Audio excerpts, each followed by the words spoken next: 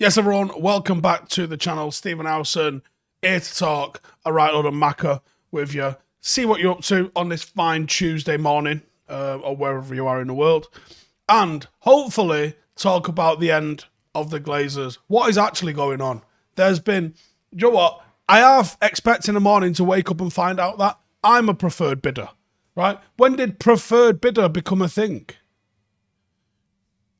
I imagine with the Glazers, the preferred bid is whoever's going to pony up the most cash for them. Did I say Thursday, Tuesday, Thursday, whatever the fuck it is? It's a day in it. Did I say Tuesday? Deal with it. Anyways, it appears that we are in the home stretch, and I feel like we've been here before. Definitely feel like we've been in this situation before, trying to figure out who the preferred bidder is. And everyone's on full PR overload this week. There's leaks going on. And I've been speaking to a couple of people. There's been some sort of leaks kicking around, and all of the leaks seem to suggest the same thing, and it all seems to point towards Sir Jim Ratcliffe's bid being the one that's going to get it. But all of the leaks seem to be coming from Sir Jim Ratcliffe's side. So why would Sir Jim Ratcliffe leak that he hasn't won? But also, why would you leak that you have if you haven't? And then I'll get into some of the stuff that I've got anyway. But it was in the Sun. It was also in other places, but it was in the Sun. Jim Ratcliffe is the Glazer family's preferred bidder. That seems to be the thing that's emerging at the moment. One of the possibilities for that is because he might be allowing them to stay on. A couple of them still want to stick around. Half of them want to fuck off, but a couple of them want to stick around. So that to me would make a fair bit of sense that they could stick around with doing that, because that's what they want. Obviously not what we want, but it is what they want. And they go on to say a number of American financial institutions have also bid to buy minority stakes that could allow the Glazers to retain some control and finance improvements at Old Trafford for the stadium and the Carrington training ground. This to me is mental. Like, it just becomes an absolute shit show, doesn't it? If the Glazers are involved, where is the investment coming from? Because the ones that have left are going to cash their chips out and leave. So all of the money that you're going to put into the club to buy the club is going out with the people who are taking their chips and running off into the hills. So there is no investment into the club. There is investment into people selling their share. That requires the people that are left behind to pony up some cash. That's something that they've never done before.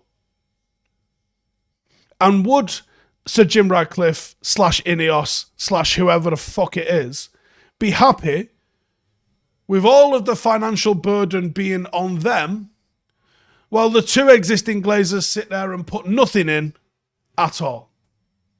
How does that make sense? And that's not including the fact that it would be debt on top of debt. And for all of the people, you don't understand how business works. I do. And I just don't want debt. Right? I've had debt on this football club for 18 years. Has it been a positive thing? No. Well, I don't want any more. Okay? Especially if you're getting debt and they're still here. Two of them. I don't want any more debt. I don't like the idea of them sticking around. So Jim Ratcliffe's bid, even if there is a plan to get them out in the long term, doesn't make sense to me. It doesn't make sense. You're getting into bed with them. If you're coming in to be the new Manchester United owner, you want to take it on a clean slate. You're going to steam into here like a hero for getting rid of the Glazers. Do you know how toxic it's going to be? If it's Sir Jim Ratcliffe tries to walk out onto the pitch at Old Trafford, he's going to think he's getting cheered because he's the new owner of the club. But the fact that he's in bed with the Glazers to 20% or more means he's not going to get cheered, he's going to get booed. And it just continues this fucking toxic negativity. I want to go back to being all in Manchester United. I don't want to have to feel dirty for buying a shirt. I don't want to have to feel dirty if I accidentally support one of our sponsors in some way. I don't want to feel dirty for doing that. because it in some way ultimately benefits the Glazers. I want to go back to walking around like a fucking advert for the club. Because that's what it's supposed to mean as a football fan. There's not supposed to be this anti-fucking relationship with the club and the owners that exists at Manchester United and has existed for almost 20 years. That's going to fucking continue if there's not a full sale.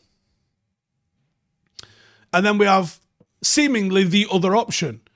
It's become a binary race, left or right, Republican versus Democrat, Labour versus Conservatives, but it isn't that case. There's actually a multitude of options on the table. It's just that they're not choosing to talk about it, and the people that are running the auction, the bid, or whatever it is, aren't allowed to announce what's going on with it. So there's so much misinformation, and there's leaks coming out all over the place. There's no official statements from anyone. It's just hearsay, rumour, and PR spin leaks. But the other bid... And let's look where this has come from. Oh, fucking Doha News. I'm sure that's an entirely neutral fucking communication in this. Doha News reckon that Sheikh Jassim's bid appears to be the preferred option for the Glazers. Now, where's that come from? There was also talk that Sheikh Jassim was going to involve winners of the double in 2008 as part of his bid. Is that PR? To what end? If it's PR, to what end? What PR... This is what I don't understand. Whoever loses this bid, what is the point in putting out PR about you losing a bid? We are at the we know who you are stage. You're not going to gain any more publicity, right, for coming out and talking about a bid now. You're not. You're just pissing people off. This is the shut the fuck up or buy us stage. That's where we're at. Sheikh Jassim, if you don't buy Manchester United from this point, Manchester United fans aren't going to love you. They're going to wonder what might have been if you bought us. Jim Ratcliffe, if you don't buy Manchester United now, Manchester United fans aren't going to love you. So what is the point of... Can anyone explain to me why people are continue to do PR?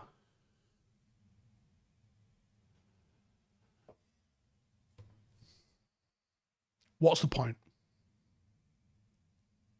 So anyway, let's consider the entirely neutral news outlet that is Doha News. And Sheikh Jassim's bid appears to be the preferred one, right? How are both sides leaking that they're the preferred bid, for starters? How? Someone's getting the runaround here. What it means is that we are completely in the dark. Genuinely. I feel like we are completely in the dark in terms of whose bid is actually a preferred bid and whose bid's not. Here's what I think is the only truth in all of this. Two of the Glazers don't want to go. That was mentioned 7 or 8 months ago, right? Two of the Glazers don't want to go. Joel and Avram, they don't want to go. The rest of them, fucking Darcy, Sleepy, Happy, Grumpy, all of them want to fuck off, right?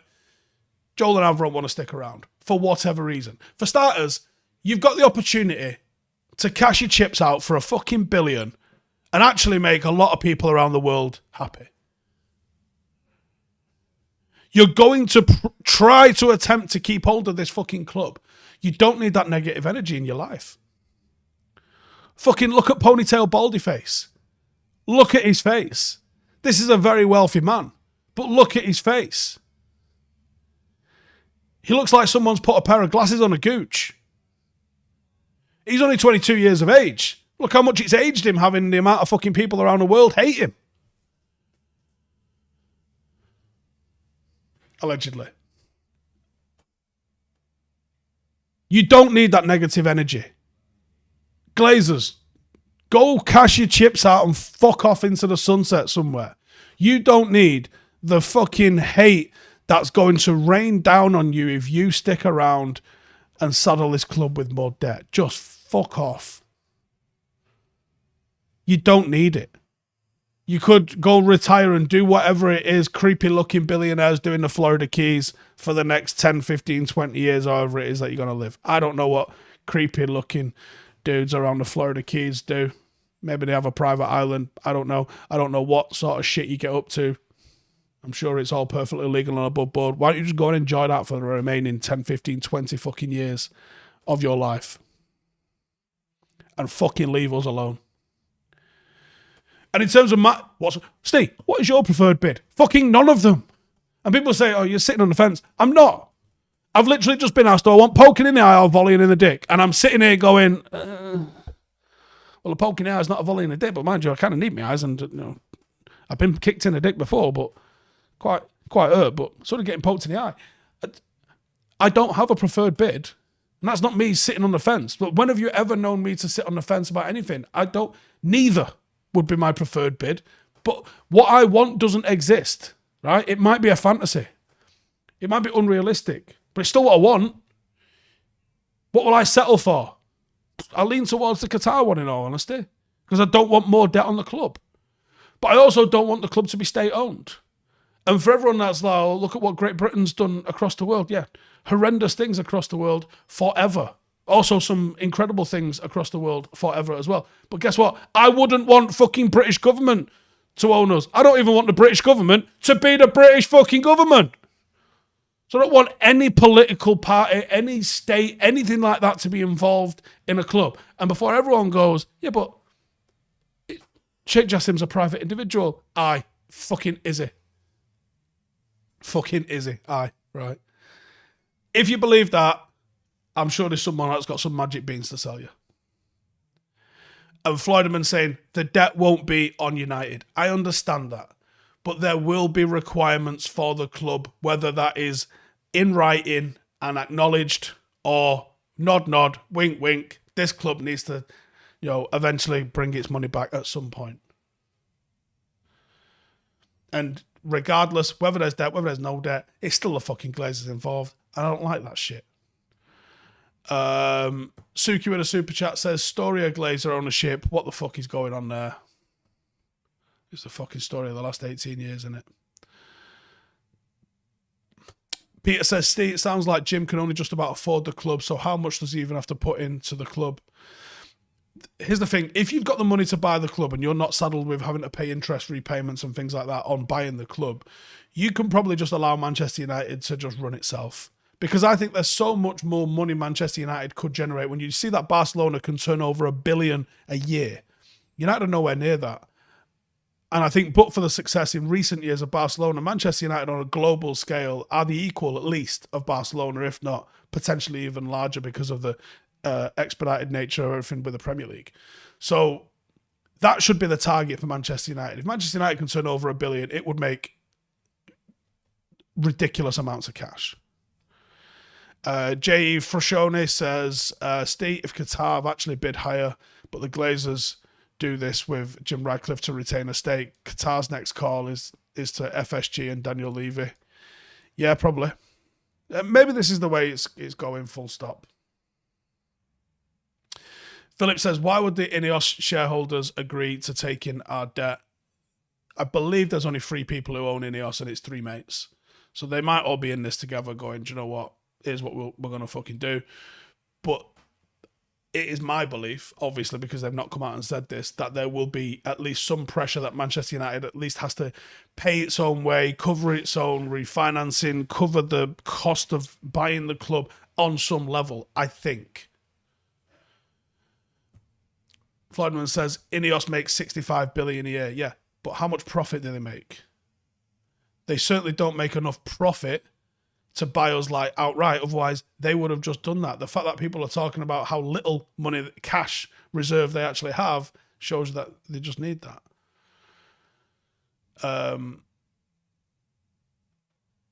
Stephen says, Steve, there will be riots if they stay. Sounded like I was talking about myself in the third person there, didn't there?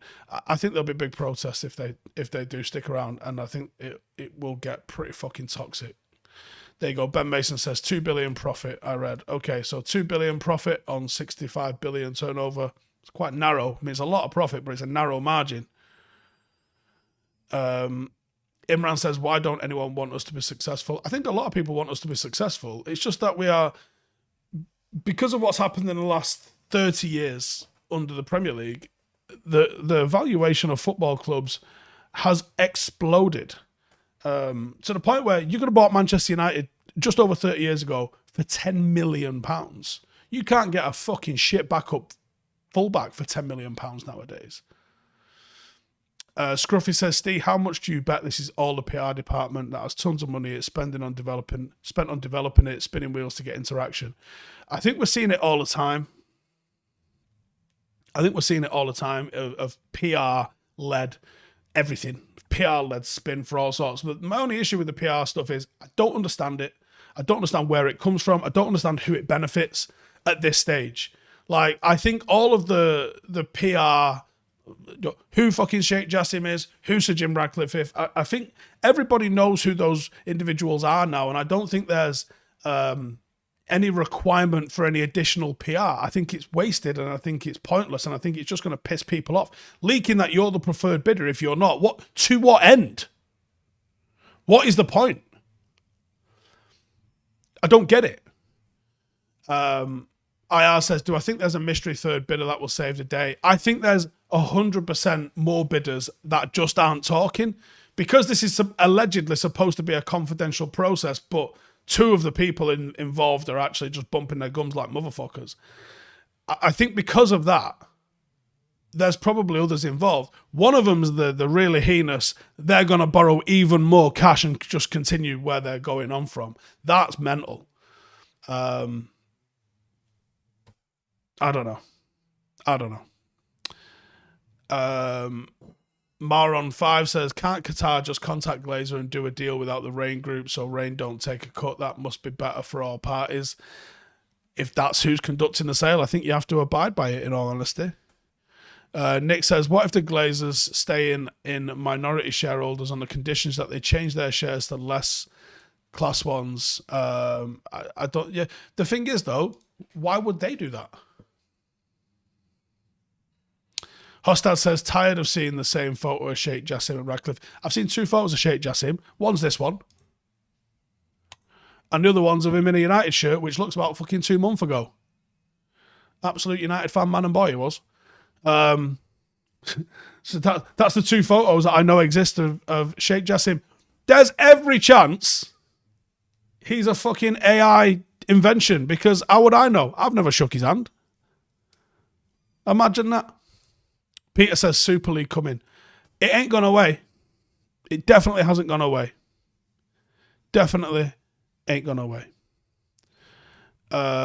Stephen Lewis says, Steve, what's my gut feeling with the sale? I think we'll be sold from the Glazers, or I think they'll still have connections with United. Genuinely don't have a fucking clue. Don't have a clue. Like I said, there's some leaks that are coming out which says like it's pretty much done and it's Sir Jim Ratcliffe that's won it, but that's coming from the Sir Jim Ratcliffe side.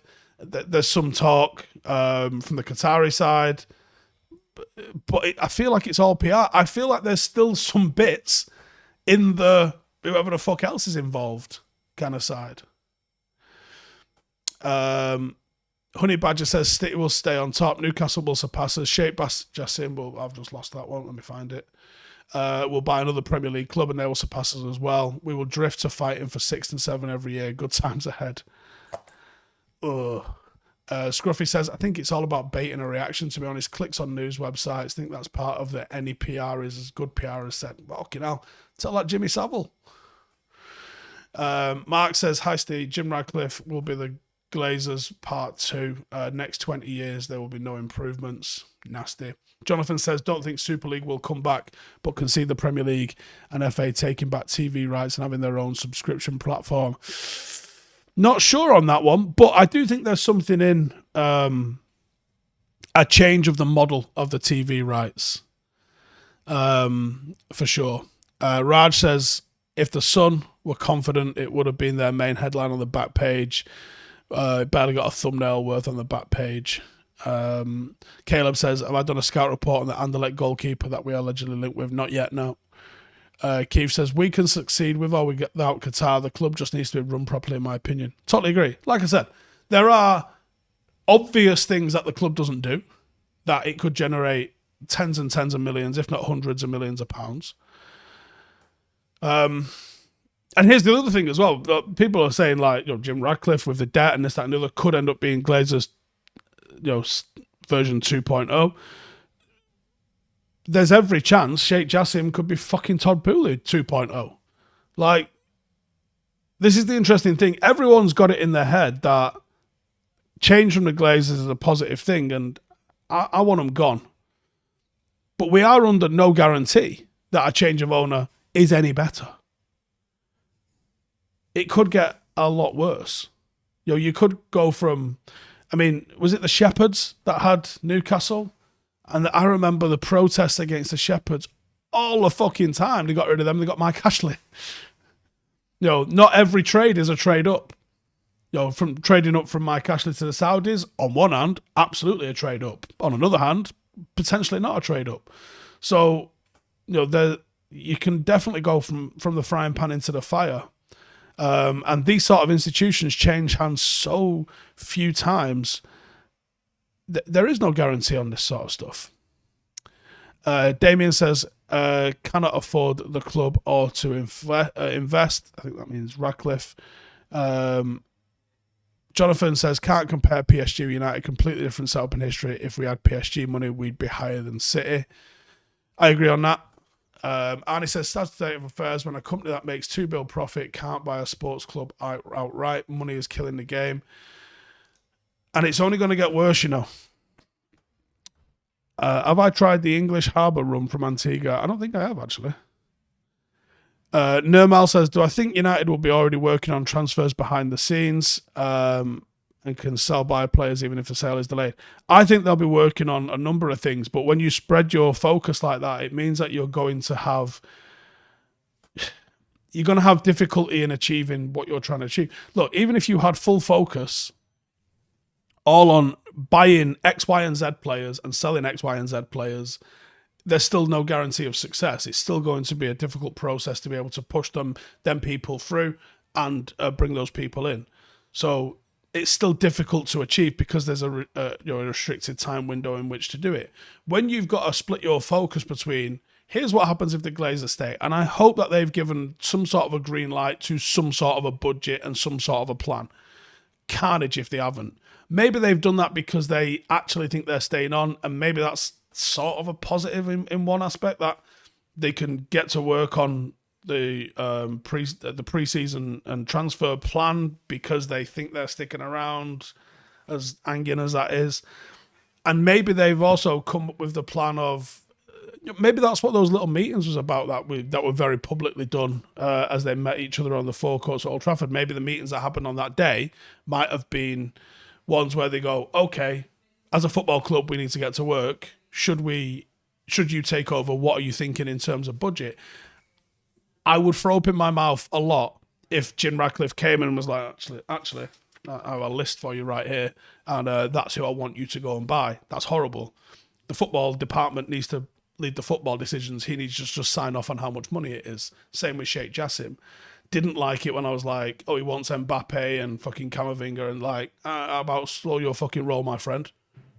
Let the football department decide if they're the right fit, because when you start having directors buying players, it goes fucking west. Ask Ed Woodward. So I hope that the football team is allowed to do the football stuff, and I hope that they're working on a number of plans, A, B, and C, whatever they end up being. Ridwan says, I'd love Camavinga and Coleman, though. I mean, Coleman's on course. Is it his 10th title he's just about to win? The guy's 26 years of age. He's basically won the league every year he's played football. He just must think the end of the season finishes with champagne. How the fuck has he managed that?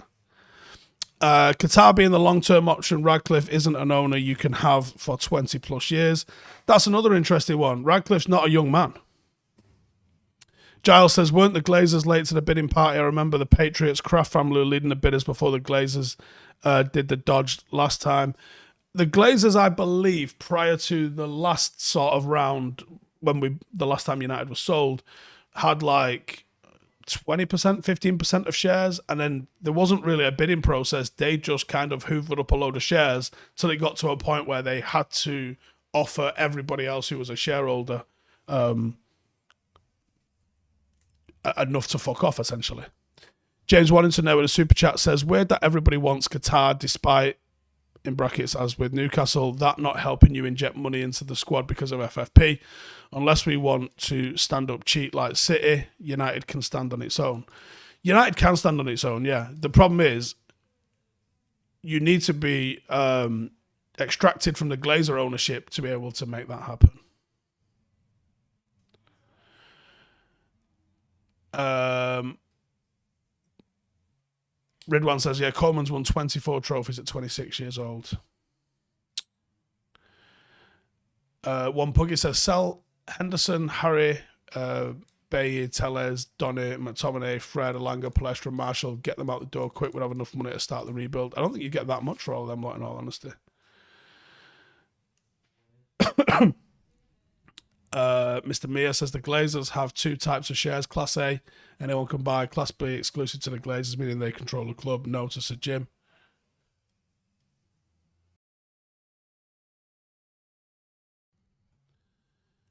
Danny Tarr says, guarantee we have that the Glazers will accept Jim's buyout after 3 years. Will they go willingly? I think not. They will still rinse us.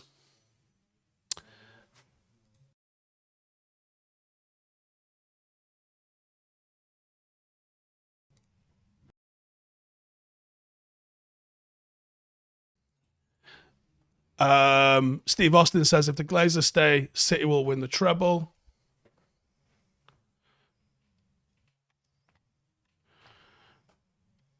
Matthew Coward says, Twitter has ruined football for me. Too many people are ready to jump down your throat for having an opinion. Wouldn't mind Radcliffe. My only theory is Sheikh Jassim buys Liverpool instead. Definitely something that's possible.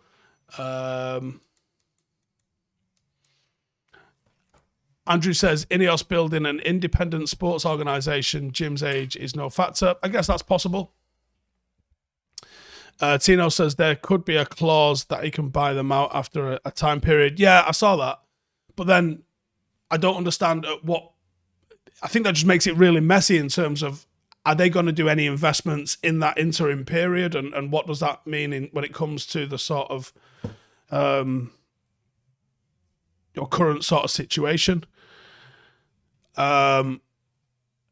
Martin P says, Steve, have you, Mr. Bean and Kerry Katona, sorted your differences to put a bid in? We are under NDA and can't discuss the finer details of mine, Mr. Bean's, and Kerry Katona's a very, very serious and very, very real bid.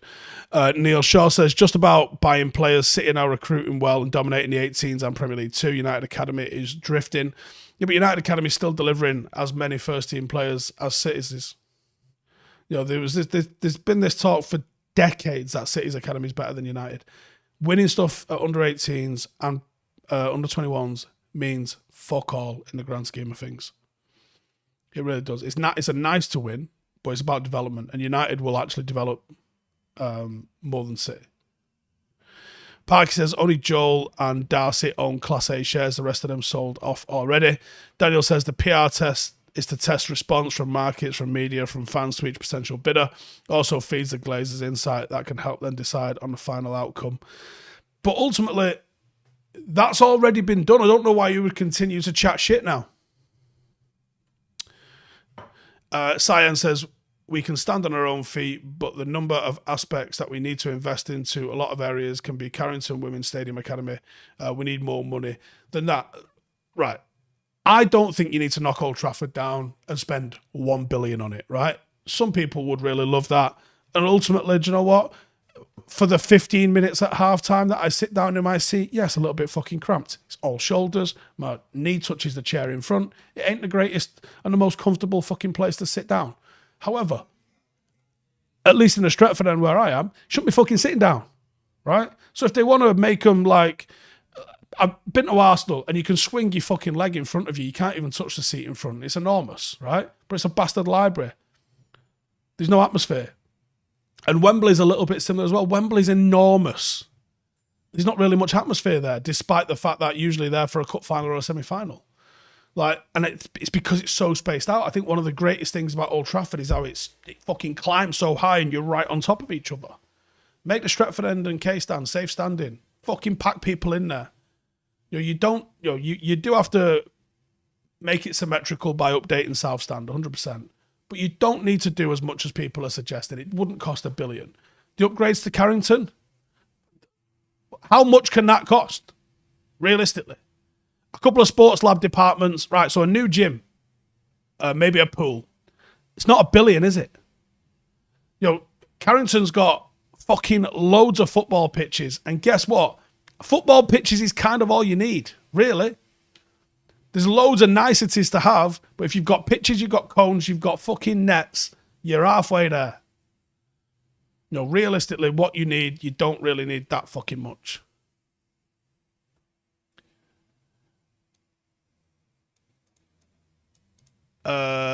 Luca says, how many homegrown players have made it to the first team at City other than Foden in the last 10 years?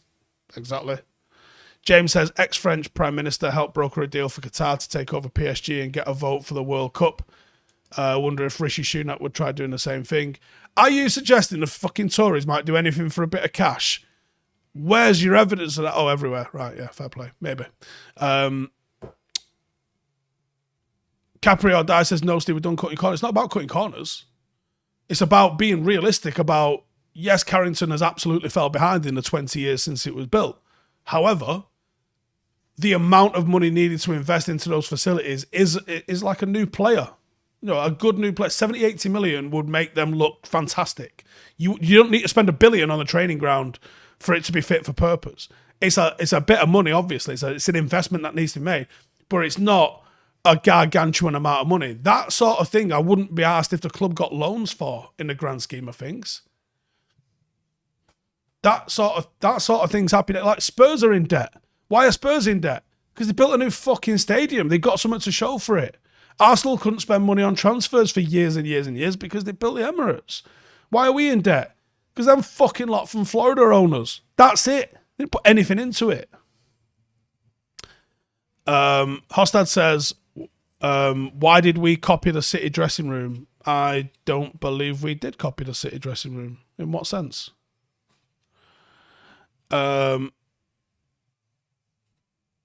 Theo says, destroy OT, make a new one, move the cricket ground. Move the cricket... You know the cricket ground and the football club are like hundreds of metres apart and not owned by anywhere close to being the same people. Why would you want to knock Old Trafford down? Like, so many stadiums just look the fucking same as each other.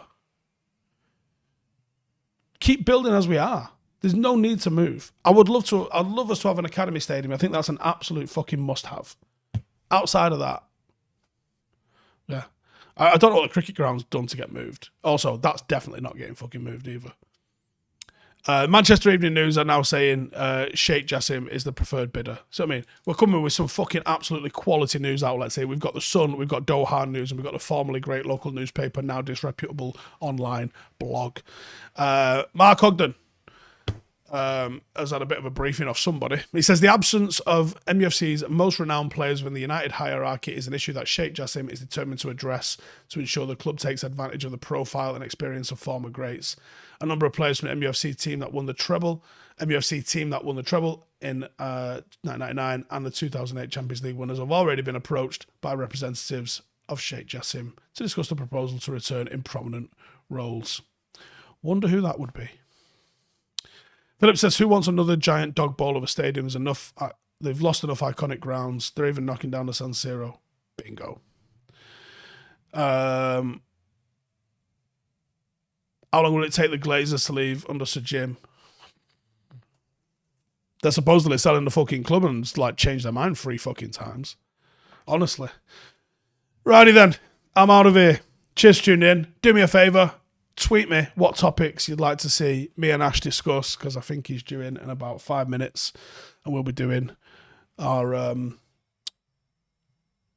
podcast, whatever the fuck it's supposed to be. Cheers for tuning in. See you in the next one. Laters. Oh, hang on, before I go, fucking subscribe or I'm coming around your house. I'm going to hit you with a sausage roll in a bit.